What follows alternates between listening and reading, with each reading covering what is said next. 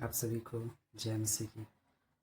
कलीसिया जय मसीह। आज हम आपको बताएंगे कि परमेश्वर किस तरह से हमें कुछ कार्य दिया है, और हम आपको यूना की पुस्तक में लेके चलते हैं। जब हम यूना की पुस्तक में पढ़ते हैं पहले अध्याय में, तो परमेश्वर ने यूना को कुछ कार्य दिया।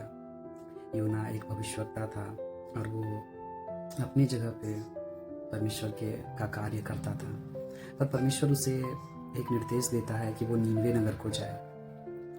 और वहाँ पे परमेश्वर की योजना को हम देखते हैं कि कैसे परमेश्वर सिर्फ एक जगह पे नहीं, बाकी सारी संसार के लिए, सारी दुनिया के लिए परमेश्वर की उद्धार की योजना है। जब यूना को ये निर्देश मिलता है कि वो नीनवे नगर में जाके प्रचार करे, यूना ये नहीं चाहता था कि नीनवे के लोग पे परमेश्वर की दया हो, कि जब वो सुसमाचार सुने तो अपना मन फिराए और वो परमेश्वर के उस दंड से बच जाए।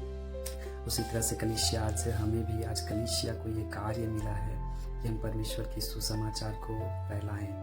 परमेश्वर ने हमें सिर्फ कलीसिया के भीतर नहीं या अपने परिवार के भीतर नहीं सुसमाचार बताने के लिए कहा, पर सारे लोगों को, सारे जगत के लोगों को, सब लोगों के लिए ये परमेश्वर की उद्धार की योजना है। आज बहुत सी कलीसिया, बहुत से लोग तो सुसमाचार का कार्य करते हैं, पर बहुत से लोग, जिस तरह से जब आप यूना को देखेंगे, जब परमेश्वर ने उसे कहा तो वो उस बुलाहट से भाग रहा था और वो एक जहाज में चढ़ गया और जहाज के निचले भाग में जाके सो रहा था। और जिस तरह से आप नीति वचन की पुस्तक में पढ़ते हैं तो लिखा है, हे आलसी तू कब तक सोता रहे। परमेश्वर ने हमें कुछ कार्य दिया, और आज जब हमारे आसपास के लोग हम देख रहे हैं कि वो उस अंधकार में जा रहे हैं, वो किस तरह से उसका आत्मिक जीवन मर रहा है, लेकिन हमें कुछ ध्यान नहीं और हम सो रहे हैं।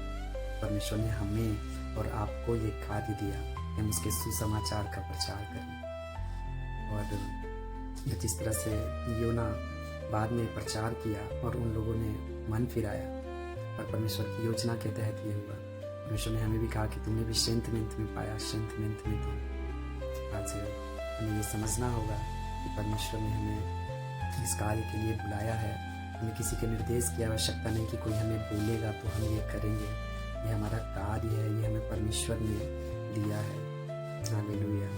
आप सबको जय मसीह। मेरा विश्वास है कि आज के बाद आप ज़रूर उन लोगों को जिसको परमेश्वर की ज़रूरत है, जो पाप में है, जो ऐसे समस्याओं में है, आप ज़रूर उन्हें परमेश्वर का सुसमाचार देंगे। और मेरा विश्वास है कि परमेश्वर उनके जीवन में बड़े कार्य को करेगा। आमीन।